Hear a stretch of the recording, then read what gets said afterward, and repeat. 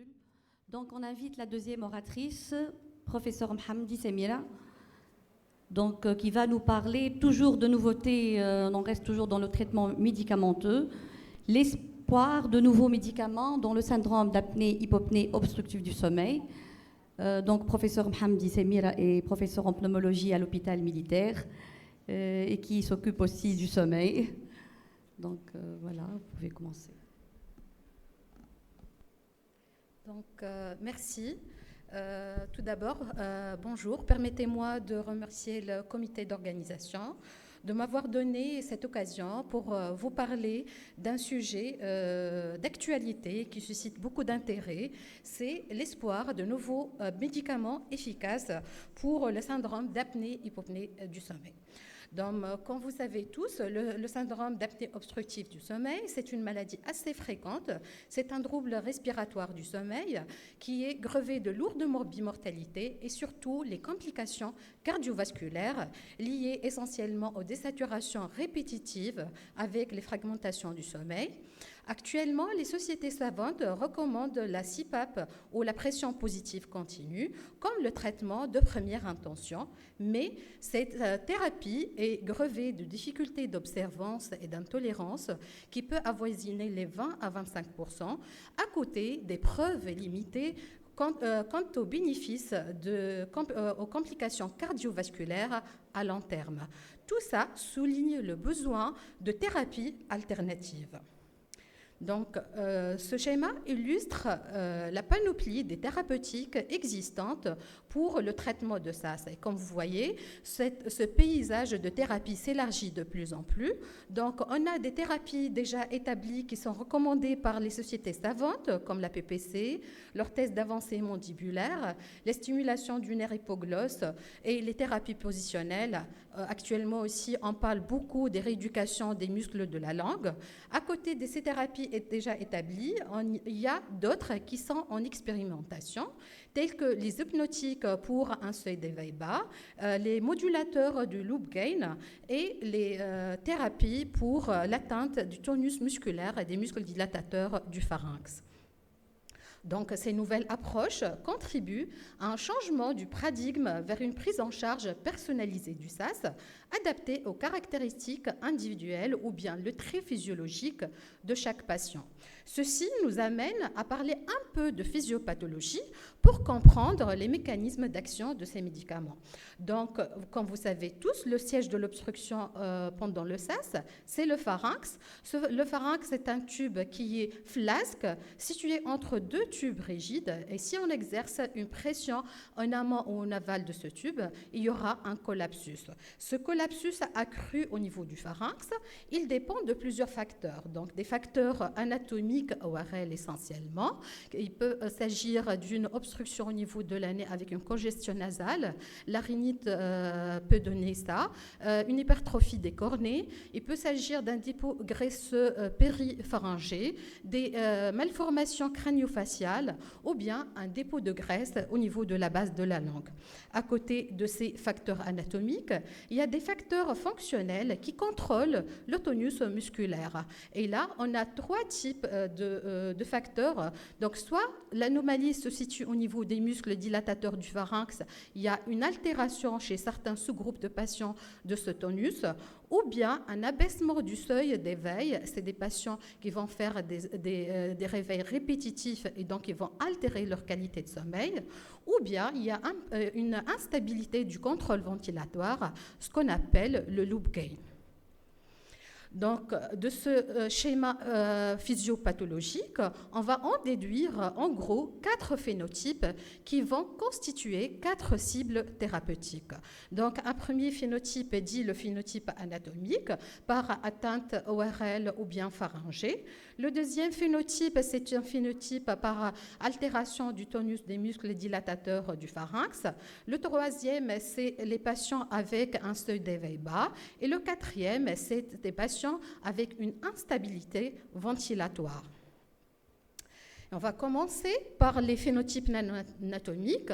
On va parler tout d'abord des patients qui ont une altération du tonus musculaire du pharynx. Donc, comme vous savez, le pharynx, il est soutenu par des muscles dilatateurs du pharynx. Le principal muscle, c'est le génioglosse, dont la contraction va tirer la langue vers l'avant et va contribuer à l'ouverture des voies aériennes supérieures. À côté de ce muscle, il y aura les muscles tenseurs du voile du palais et les muscles sous-ioïdiens. Donc, c'est important de connaître que le tonus musculaire, il dépend de deux facteurs qui déterminent la stabilité des voies aériennes. D'une part, l'activité neuromusculaire des muscles dilatateurs, ce qu'on appelle un réflexe de déphasage, qui maintient la perméabilité pendant le sommeil. Et deuxième facteur, c'est la pression critique ou pression de fermeture. On va en parler tout de suite. Donc, c'est quoi ce réflexe de déphasage? Donc, c'est un mécanisme protecteur. Et comme vous voyez sur ce schéma, donc, il y a l'EMG des muscles dilatateurs, l'UMG du diaphragme. Et comme vous voyez, il y a une augmentation de l'activité phasique des muscles dilatateurs qui précède de quelques millisecondes celle du diaphragme, ce qui protège le collapsus pharyngé à l'inspiration. Donc, ce réflexe, il est altéré chez certains patients apnéiques pendant le sommeil et ça constitue un phénotype à part. La pression critique, c'est quoi la P-crit? C'est une pression de fermeture des voies aériennes. Plus elle est élevée, puis les voies aériennes se collabent. Donc, et cette pression, elle varie entre l'état d'éveil et l'état de sommeil. Donc, la pression, elle est très basse à l'état d'éveil, avec une activité qui est élevée du génioglosse, donc un contrôle neuromusculaire efficace. Puis, on avance dans les stades du sommeil, il y aura une augmentation progressive de cette P critique qui sera maximale pendant le sommeil paradoxal et en parallèle, il y aura une baisse progressive de l'activité du génioglosse qui est minimale pendant le sommeil REM et c'est la période la plus vulnérable à la survenue d'événements respiratoires. Donc, cette activité aussi neuromusculaire, c'est important de le dire, elle est sous le contrôle neurochimique qui repose sur un équilibre entre des voies excitatrices sérotoninergiques et noradrénergiques et inhibitrices muscariniques. Donc, ceci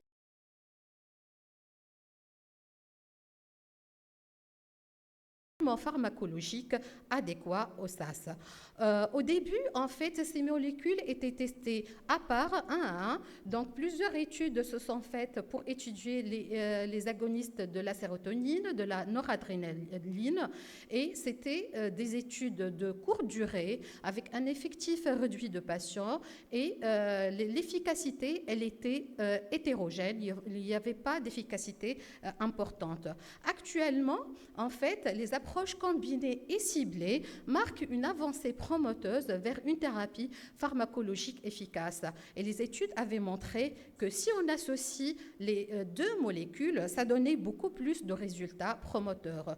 Donc, les combinaisons les plus étudiées pour le tonus musculaire, c'est la combinaison d'un inhibiteur de recapture de la noradrénaline associé à un anticholinergique, l'oxybutynin avec atomoxétine, ou bien une autre combinaison associant l'atomoxétine à un antagoniste de la sérotonine et peut aussi être associée à un autre traitement antidépresseur et la désipramine qui est un antidépresseur tricyclique ayant une triple action noradrénergique, sérotonergique, antimuscarinique a été aussi testée.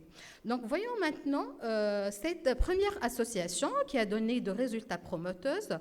Donc l'association de l'atomoxétine, en fait c'est un traitement qui est donné pour traiter la TDAH, c'est les troubles déficit de l'attention avec hyperréactivité. Donc c'est un inhibiteur de la recapture de la noradrénaline. Donc il va s'opposer, il va en fait bloquer le récepteur.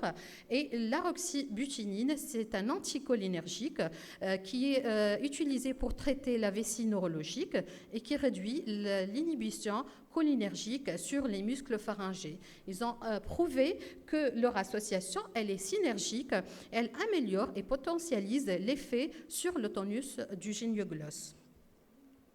Donc, cette association donc, a été étudiée dans un essai clinique randomisé en double aveugle portant sur des adultes avec SAS léger à modéré. Donc, ils recevaient 3 nuits de suite le traitement, soit à dose faible, soit à forte dose.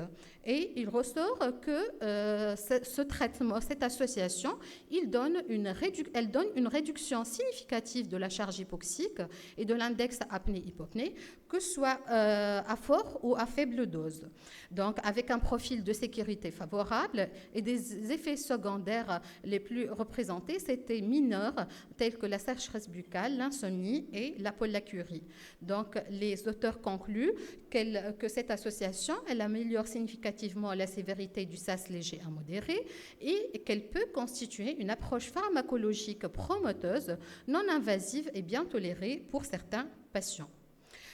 Donc, une autre étude qui a été publiée en 2023, l'étude Mariposa, suite à laquelle on parle de plus en plus de cette association pour le traitement de SAS et prochainement peut-être elle apparaîtra dans les recommandations du traitement. C'est une étude c'est un essai clinique de phase 2B randomisé, la phase 3 elle est en cours, qui s'est étalée sur 4 semaines, donc une durée plus longue, et elle est faite sur 211 patients. Il y avait 3 bras, donc un bras avec l'atomoxétine seule et le deuxième bras avec l'association à faible dose, troisième bras avec l'association à forte dose. Et donc, il ressort de cette étude une réduction de l'index apnée-hypopnée 4, donc c'est l'index associé à un critère de désaturation de 4%, de 47,1% par rapport au placebo, avec un P significatif associé à une amélioration diurne de la fatigue. Donc, aucun effet indésirable grave n'a été rapporté. Et donc, cette association améliore cliniquement et significativement le SAS. Et l'association pourrait constituer une option thérapeutique efficace chez certains phénotypes de patients avec atteinte du tonus musculaire. L'autre association qui a été étudiée, c'est l'atomoxétine associée à un agoniste de la sérotonine, la pimavanserin, qui est utilisée pour les troubles psychotiques chez les patients Parkinson. Donc, cette étude, elle a porté sur 18 patients avec un syndrome d'apnée obstructive modéré à sévère. C'est une étude en double aveugle, randomisée. Donc, l'intervention consistait à donner cette association à dose progressive. Donc, la montée des doses se faisait sur 3 jours. Donc, on passe de 34,40 à 34,80 mg. Donc, la durée sur une semaine et l'évaluation objective, elle est faite par une polysomnographie avec les recherches de critères de sécurité, le segment QT, la fréquence cardiaque et la qualité subjective du sujet. Donc, cette association a donné une baisse de 42% de l'index apnée-hypopnée. C'est une réduction absolue de 16 événements par heure, une meilleure oxygénation, une baisse de l'indice d'éveil avec une augmentation de la fréquence cardiaque de 4,8 et pas de changement quant au segment QT, la tension artérielle ou la qualité du sommeil. Donc, l'association aussi d'un inhibiteur de la recapture de noradrénaline avec un hypnotique a été étudiée dans ce papier qui est publié en 2023. Donc, on a en fait testé 2 types d'hypnotiques, la trazodone et l'amborexant, chez des patients atteints de SAS avec une pression critique modérée. Donc, les résultats étaient en faveur de la trazodone avec une réduction marquée de l'index apnée-hypopnée, une meilleure oxygénation, avec des effets physiologiques qui étaient marqués, une baisse et une amélioration de la collapsibilité pharyngée, une réduction de 20% du loop gain et un seuil d'éveil non diminué. Donc, cette association, elle agit d'une part par activation des muscles dilatateurs du pharynx par son effet noradrénergique et par l'augmentation du seuil d'éveil pour son effet hypnotique. Donc, elle va constituer une alternative, voire un traitement adjuvant à la PPC chez des patients sélectionnés selon leur phénotype physiologique. Donc, autre molécule, donc c'est un traitement de la dépression. Donc, c'est la désipramine qui a une forte activité noradrénergique associée à des activités sérotoninergiques et antimuscariniques. Donc, elle a comme effet indésirable possible la sécheresse buccale et l'insomnie. Elle était initialement étudiée chez des sujets sains et les auteurs ont montré qu'elle pourrait améliorer les fonctions des muscles dilatateurs des voies aériennes pendant le sommeil. Par la suite, elle a été testée chez des patients ayant un syndrome obstructif du sommeil et la despyramine, en effet, elle améliorait la collapsibilité des voies aériennes et pouvait être bénéfique dans cette indication. Passons maintenant à notre phénotype non anatomique. C'est les patients avec un seuil d'éveil bas. Donc, le seuil d'éveil, c'est le niveau de stimulation nécessaire pour provoquer un réveil en réponse à une obstruction des voies aériennes. Donc, la conséquence, c'est des micro-éveils prématurés qui empêchent le muscle pharyngé de rétablir une bonne perméabilité des voies aériennes. Et là aussi, en fait, plusieurs drogues ont été testées pour essayer de cibler ce phénotype, tels que les benzodiazépines, les Z-drogues et les dépresseurs et les traitements GABAergiques. On s'intéresse de plus en plus aux hypnotiques non myorelaxants qui ont donné de bons résultats. Ils retardent le déclenchement de l'éveil, ils stabilisent la respiration. Donc, ces hypnotiques sédatifs légers, comme le zolpidem, les opiclones, prolongent le sommeil, ils réduisent les micro-éveils, mais il faut faire attention, le risque de dépression, il existe et l'efficacité, elle est variable selon les patients. Pour cibler le seuil d'éveil, cette étude récente, publiée en 2005 dans la revue Thorax, qui a associé de la viloxacine, c'est un inhibiteur de la recapture de la noradrénaline, avec la trazodone, qui est un antidépresseur. Elle a porté sur 25 patients ayant un SAS âgés entre 18 et 75 ans.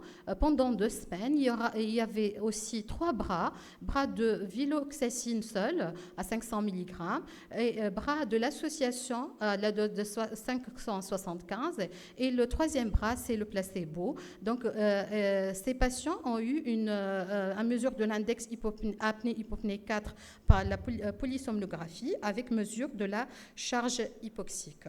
Donc, il ressort de cette étude une réduction de l'index apnée-hypopnée de moins 10,5 par heure, une baisse qui n'est pas aussi importante, avec une réduction de la charge hypoxique de 16,7%, qui peut constituer de bons résultats. Au dépend d'effets indésirables mineurs, tels que constipation, la sécheresse buccale et l'insomnie. Donc, cette combinaison améliore la sévérité du SAS et cette association pourrait être une option pharmacologique promoteuse pour certains phénotypes seuil d'éveil bas. Donc, une autre molécule, l'isopiclone 3 mg, qui a été étudiée dans un essai double aveugle chez 17 patients sans hypoxie sévère. Et les auteurs ont essayé de déterminer le seuil d'éveil par la mesure de la pression épiglottique juste avant le réveil lors d'un événement respiratoire. Donc, cette étude a montré une réduction de moins 23% de l'index apnée-hypopnée sous traitement par rapport au placebo, avec une augmentation du seuil d'éveil, mais ce n'était pas significatif, sauf pour un sous-groupe de patients. Chez les patients avec seuil bas, la réduction, elle était beaucoup plus marquée, avec un index apnée-hypopnée qui a chuté de 43%, avec une amélioration de la qualité de sommeil, diminution du sommeil léger, augmentation du stade 2 et pas d'aggravation significative de l'hypoxie. Donc, l'isopiclone peut être bénéfique chez un sous-groupe de patients SAS, ceux dont le seuil d'éveil respiratoire est bas. Donc, cette méta-analyse qui a été récemment publiée, qui s'est intéressée à l'étude des hypnotiques chez les patients ayant un SAS. Donc, elle a porté sur 27 essais contrôlés randomisés. Ils ont essayé d'évaluer l'effet sur le seuil d'éveil, l'index apnée-hypopnée, l'activité du muscle génioglosse. Pour le seuil d'éveil, l'augmentation, elle est quand même modeste. Il y a pas la différence moyenne, elle est de 2,7 cm d'eau. Aucune modification significative de la sévérité. L'index d'apnée-hypopnée, la différence, elle était de moins 1,4 événements par heure. Aucun effet observé sur l'activité du muscle génioglosse, sauf chez les patients avec un seuil d'éveil bas. Il y a une augmentation de 25% du seuil d'éveil avec une réduction modeste de l'index apnée-hypopnée. Donc, il conclut que l'utilisation des hypnotiques comme traitement alternatif pour le SAS n'est pas recommandée, sauf en cas d'insomnie associée et dans le cadre d'un traitement combiné chez les patients avec seuil d'éveil bas. Troisième phénotype non anatomique, c'est les patients ayant une instabilité ventilatoire, ce qu'on appelle le loop gain. C'est quoi le loop gain? C'est un trait physiologique endotypique dans le SAS. Il reflète l'instabilité du contrôle ventilatoire. C'est une réponse exagérée à un trouble, soit une obstruction, soit une variation du taux de CO2.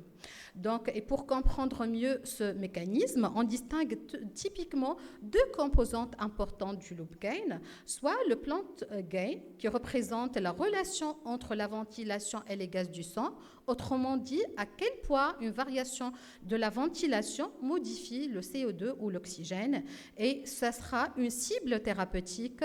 Donc, et l'acétolazamide réduit la sensibilité et stabilise les fluctuations pendant le sommeil, qu'on va voir après.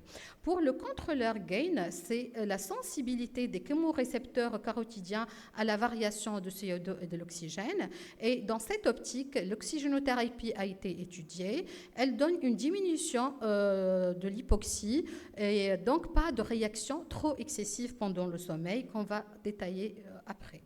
Pour la première molécule, donc l'acétolazamide, c'est un diurétique inhibiteur de l'anhydrase carbonique qui va créer en fait une acidose métabolique par excès de CO2 et et va donner une meilleure stabilisation de la ventilation. Donc, il a été étudié dans une méta-analyse qui a colligé 542 patients avec des doses allant de 30 à 1000, une durée moyenne de 6 jours. Et il ressort de cette étude une diminution de l'index apnée-hypopnée. Cet effet était similaire dans les SAS obstructives et les SAS centrales. Une meilleure oxygénation, une augmentation de la durée d'éveil avec diminution des micro-éveils, avec une baisse modérée de la tension artérielle. Donc, les auteurs concluent que l'acétolazamide améliore à court terme le SAS obstructif et central et peut être une option utile chez des patients qui ne tolèrent pas la PPC ou en complément à la PPC. L'oxygénothérapie aussi, elle réduit le loop gain et il y aura moins de fluctuations et moins d'apnée. Et elle a été étudiée dans les méta-analyses qui a comparé l'effet de l'oxygène nasal à un débit de 2 à 4 litres ou de l'oxygène de haut débit à 40% chez des patients ayant un SAS, en mesurant l'oxygénation nocturne, la pression artérielle, évaluant la qualité du sommeil. Il reste 2 minutes. Pardon, ok. Il ressort une diminution et une amélioration modérée de l'index apnée-hypopnée qui reste inférieur à celui observé avec les patients sous CPAP, une augmentation, une amélioration de l'oxygénation, une réduction du temps de saturation inférieure à 90%, une baisse légère de la tension artérielle. Donc, il y a un phénotype dit répondeur de l'oxygène. C'est les patients avec un loop gain élevé, avec avec une bonne compensation neuromusculaire, une collapsibilité modérée et un seuil d'éveil modéré. Donc, pour les incrétinomimétiques, c'était bien détaillé. Je m'attarde pour le phénotype anatomique sur l'œdème des voies aériennes supérieures qui se voit surtout chez les patients avec HTA résistante, insuffisance cardiaque ou insuffisance rénale. Et les diurétiques ont donné une réduction de la gravité de ça chez ce groupe de patients. Et la molécule qui a été étudiée, c'est la spironolactone, qui pourrait être une option adjuvante de la prise en charge du SAS, spécialement chez les patients hypertendus avec HTA résistante, mais d'autres études restent nécessaires. Donc, pour conclure, donc, les thérapies actuelles, ils se basent sur les 4 phénotypes. Donc, pour le tonus musculaire, il y a plusieurs associations et dans les premières, ils ont donné de bons résultats. Pour les seuils d'éveil, l'hypnotique ne sont pas recommandés, sauf en cas d'insomnie associée. Pour le loop gain élevé, c'est les diurétiques, c'est l'anhydrase carbonique ou l'oxygénothérapie. Et pour le phénotype anatomique, c'est les incrénomimétiques ou bien les diurétiques type furosémide. Donc, je conclus que plusieurs tentatives de pharmacothérapie pour le SAS ont été menées avec succès mitigé. Les traits physiologiques du SAS offrent des cibles thérapeutiques promoteuses. Plusieurs médicaments sont testés, montrent des effets partiels, ne sont pas encore recommandés, sauf pour les traitements de l'obésité. Des approches combinées et personnalisées selon les endotypes sont la voie la plus promoteuse vers une prise en charge personnalisée des patients apnéiques. Je vous remercie. Merci, Dr Mohamdi, pour cette excellente conférence. Donc, on va laisser la place à la salle pour deux petites questions.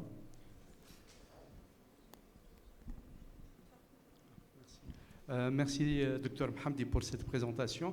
Je voulais savoir, concernant la mélatonine, je parle de mélatonine médicament, donc qui est commercialisé en France, le nom Sicardin 2 mg. Est-ce qu'il a une place dans la prise en charge du syndrome d'apnée de sommeil, en particulier la forme à seuil d'éveil bas?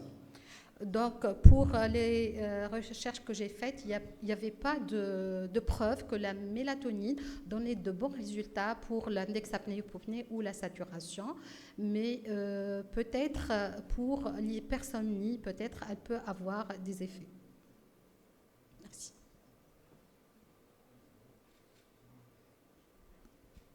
Est-ce qu'il y a une autre question? Il y a une question.